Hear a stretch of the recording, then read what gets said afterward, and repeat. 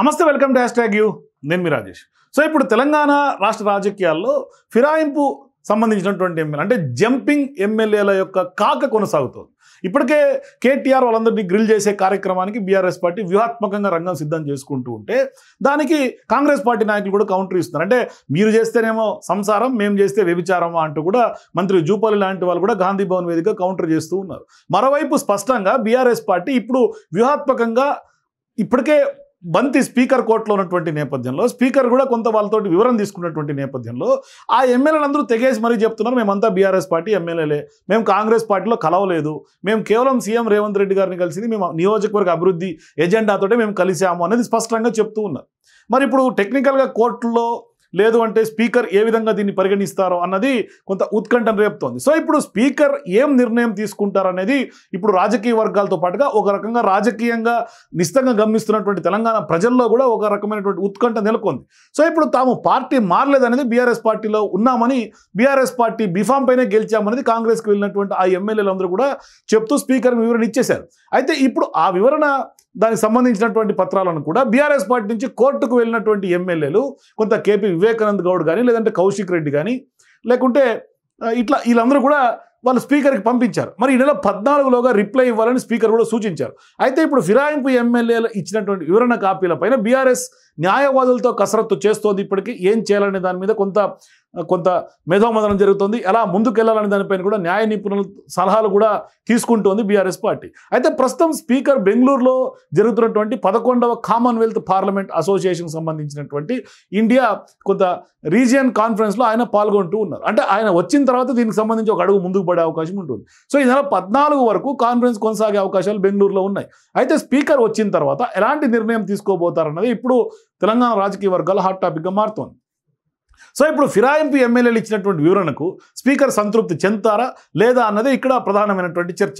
So ఇప్పుడు ఆ రకమైనటువంటి ఆసక్తి కూడా రాజకీయ వర్గాల్లో ఉన్నాయి. అంటే వ్యక్తిగతంగా ఫిరాయింపులకు సంబంధించినటువంటి ఎమ్మెల్యేలు హాజరై వివరణ ఇవ్వాలని ఏమన్నా మరి కోరతారా, లేదు అంటే మరి ఆయన ఇచ్చినటువంటి వివరణకే సంతృప్తి చెందుతారా, లేదు మళ్ళీ దీన్ని కొంత ప్రొలాంగ్ చేయాలంటే వాళ్ళని వ్యక్తిగతంగా రమ్మని కూడా మళ్ళీ ఒకసారి పిలిచే అవకాశాలు ఉంటాయి.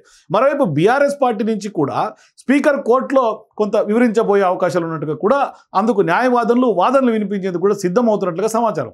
అయితే ఇప్పుడు బీఆర్ఎస్ మరోసారి ఫిరాయింపులకు పాల్పడినటువంటి ఎమ్మెల్యేలు పార్లమెంట్ ఎన్నికల్లో చేసినటువంటి ప్రచారం, అందుకు సంబంధించినటువంటి ఫోటోలు వీడియోలతో పాటుగా కాంగ్రెస్ సమావేశాల్లో పాల్గొన్నటువంటి ఫోటోలు కండువాలు, మరి అట్లాగే అప్పుడు కండువాలు కప్పినటువంటి ఫోటోలను, తాజాగా చేసినటువంటి కొన్ని వ్యాఖ్యలకు సంబంధించినటువంటి వీడియోలను కూడా బీఆర్ఎస్ పార్టీ కొంత సేకరిస్తున్నట్టు కనిపిస్తుంది. మరోవైపు టీపీసీ చీఫ్గా ఉన్నటువంటి మహేష్ కుమార్ గౌడ్ కొన్ని టీవీ ఛానల్స్లో ఇచ్చినటువంటి ఇంటర్వ్యూల వ్యాఖ్యలను కూడా ఇప్పటికే దానికి కొంత కౌంటర్గా కలెక్ట్ చేస్తున్నటువంటి పరిస్థితి. దాని సందర్భంగా ఇప్పటికే ఆ యొక్క వ్యవహారాన్ని కేటీఆర్ అనేక సందర్భాల్లో ఆ అంశాన్ని లేవనెత్తారు కూడా. అంటే ఒకవేళ స్పీకర్ దగ్గర సంతృప్తి చెందకపోతే మరోసారి సుప్రీంకోర్టుకు వెళ్లేందుకు కూడా బీఆర్ఎస్ పార్టీ సిద్ధమవుతున్నట్లుగా మనకు సమాచారం ఉంది. అయితే ఇప్పుడు స్పీకర్ విచారణ షెడ్యూల్ ఇంకా రాలేదని, వచ్చిన వెంటనే వాదనలు వినిపిస్తామన్నది ఒకటి కనిపిస్తోంది. అయితే ఇక్కడ ఫిరాయింపు ఎమ్మెల్యేల పైన వేటు పడే వరకు కూడా మా పోరాటం కొనసాగుతుందని బీఆర్ఎస్ పార్టీ చాలా క్లియర్గా కనిపిస్తోంది. సో ఇప్పుడు బీఆర్ఎస్ పార్టీ విమర్శలకు కొంత పదును పెడుతోంది కూడా ఒక రకంగా, అంటే తిప్పికొడుతోంది.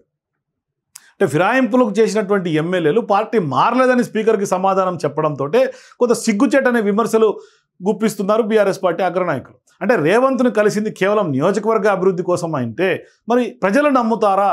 మరి రేవంత్ కప్పింది పార్టీ జెండా కాదు, జాతీయ జెండా అని చెప్పడం హాస్యాస్పదంగా ఉందనే అంశాలను కూడా మండిపడుతున్నారు. తాజాగా రాహుల్ గాంధీని కూడా ఈ వ్యవహారంలో లాగి కేటీఆర్ ట్వీట్ చేసినటువంటి సందర్భాలు కూడా ఉన్నాయి. మరి ఇవంతా కనపడట్లేదా రాహుల్ గాంధీ అని ఆయన పెట్టారు.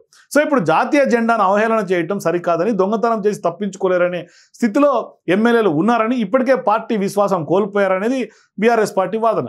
అంటే నమ్మిన పార్టీకి ప్రజలకు ద్రోహం చేసినటువంటి ఎమ్మెల్యేలను ప్రజలు క్షమించరు అన్నది బీఆర్ఎస్ పార్టీ తీసుకున్నటువంటి లైన్. మరి కోట్లాది మంది ప్రజలకు కొంత కళ్ళకు గంతలు కట్టే ప్రయత్నం చేస్తున్నారనేది తీవ్ర విమర్శలు బీఆర్ఎస్ పార్టీ చేస్తోంది. అంటే వాళ్ళను కొంత డిస్క్వాలిఫై చేయడం ఖాయంగా కనిపిస్తోంది. పార్టీ మారినటువంటి 10 సెగ్మెంట్లో ఉప ఎన్నికలు రావడం, ప్రజలు తగినటువంటి బుద్ధి చెప్పడం ఖాయమన్న ధీమాలో బీఆర్ఎస్ పార్టీ చాలా సీరియస్గా కనిపిస్తుంది. ఆ దిశగా వాళ్ళు కొంత గ్రౌండ్ వర్క్ చేసుకొని కొంత లీగల్గానే వీళ్ళని గ్రిల్ చేసే ప్రయత్నం చేస్తున్నారు. సో ఇప్పుడు బీఆర్ఎస్ పార్టీ బీఫామ్ పైన గెలిచినటువంటి ఆ 10 మంది ఎమ్మెల్యేలు కాంగ్రెస్లో చేరినటువంటి మాట అయితే రాజకీయ వర్గాల్లో ఉన్నటువంటి చర్చ. దాదాపు 1.5 ఏళ్ల అవుతున్న అసెంబ్లీ రికార్డులో మాత్రం ఇంకా వాళ్ళు బీఆర్ఎస్ పార్టీ ఎమ్మెల్యేలుగానే ఉన్నారు. వాళ్ళు కూడా బీఆర్ఎస్ పార్టీ ఎమ్మెల్యేలనే చెప్తున్నారు కూడా. మరి అసెంబ్లీ బయట కాంగ్రెస్ ఎమ్మెల్యేలుగా చలామణి అవుతూ అసెంబ్లీ రికార్డుల్లో మాత్రం బీఆర్ఎస్ పార్టీ ఎమ్మెల్యేలుగానే ఉండటమే ఇప్పుడు కొంత హాట్ టాపిక్గా మారుతోంది. మరి బీఆర్ఎస్ నేతలు సైతం చాలా సందర్భాల్లో 35 మంది ఎమ్మెల్యేలు ఉన్న సంఖ్యకు అనుగుణంగానే మాట్లాడేందుకు సమయం ఇవ్వాలని అసెంబ్లీలో కోరుతున్నా అటువంటి సందర్భాలు ఉన్నాయి. మరి తాజాగా అసెంబ్లీ సమావేశాల్లో కూడా తమ సంఖ్య 38 అని దానికి అనుగుణంగానే తగిన విధంగా మాట్లాడే అవకాశం ఇవ్వాలని, సమయం ఇవ్వాలని కోరటం కూడా ఇప్పుడు హాట్ టాపిక్గా మారుతోంది. అంతేకాదు గన్ పార్క్ వద్ద నిరసన చేపట్టినటువంటి సందర్భాల్లో కూడా ఇదే వ్యాఖ్యలే చేశారు. అంటే వీటన్నింటినీ స్పీకర్ పరిగణలోకి తీసుకుంటారా, కేవలం ఫిరాయింపు చేసినటువంటి ఎమ్మెల్యేల వివరణపైనే విచారణ చేస్తారా అన్నది కొంత $1 మిలియన్ క్వశ్చన్. మరి ఇప్పుడు స్పీకర్ నిర్ణయం ఏం తీసుకుంటారు? మరి ఫిరాయింపు ఎమ్మెల్యేలు ఇప్పటికే ఒక రకమైనటువంటి ఆందోళన, భయం కొనసాగుతున్నటువంటి నేపథ్యంలో బీఆర్ఎస్ పార్టీ ఉప ఎన్నికలకి కొంత గ్రౌండ్ లెవెల్ నుంచి బీఆర్ఎస్ పార్టీని స్ట్రెంగ్తన్ చేసుకుంటా కేటీఆర్ పర్యటనలో ఒకవైపు శ్రీకారం చుడుతున్నారు. మరోవైపు సీఎం రేవంత్ రెడ్డితో తాజాగా ఈ 10 మంది ఎమ్మెల్యేలు కూడా భేటీ తర్వాత వాళ్ళందరికీ కూడా సీఎం రేవంత్ రెడ్డి ధైర్యం చెప్పారు, ఉప ఎన్నికలు వచ్చే అవకాశాలు లేదు, మేము ఉన్నామంటూ కూడా అండగా భరోసాగా మీరు ఉండండి అని చెప్పే ప్రయత్నం చేశారు. అంటే మీ నియోజకవర్గాల్లో ఎటువంటి అభివృద్ధి కావాలన్నా కూడా నేనున్నాను అని సీఎం రేవంత్ రెడ్డి చెప్పారు. మరి ఇంత ఓవరాల్ సినారియోలో ఏం జరగబోతున్నది మాత్రమే $1 మిలియన్ క్వశ్చన్. మరి ఇది సుప్రీంకోర్టుకు మళ్ళీ బీఆర్ఎస్ పార్టీ వెళ్ళే ప్రయత్నం చేస్తున్నటువంటి తరుణంలో స్పీకర్ డెసిషన్ ఏ విధంగా ఉండబోతున్నది కొంత హాట్ టాపిక్గా మారుతుంది తెలంగాణ రాజకీయ వర్గాల్లో. సో మీరు కూడా జంపింగ్ ఎమ్మెల్యేల పరిస్థితి ఏంటి, నిజంగానే స్పీకర్ వాళ్ళపైన వేటు వేసే అవకాశాలు ఎంతవరకు ఉంటాయి? మీ అభిప్రాయాలు కింద కామెంట్స్ తెలియజేయండి. For more videos please watch #.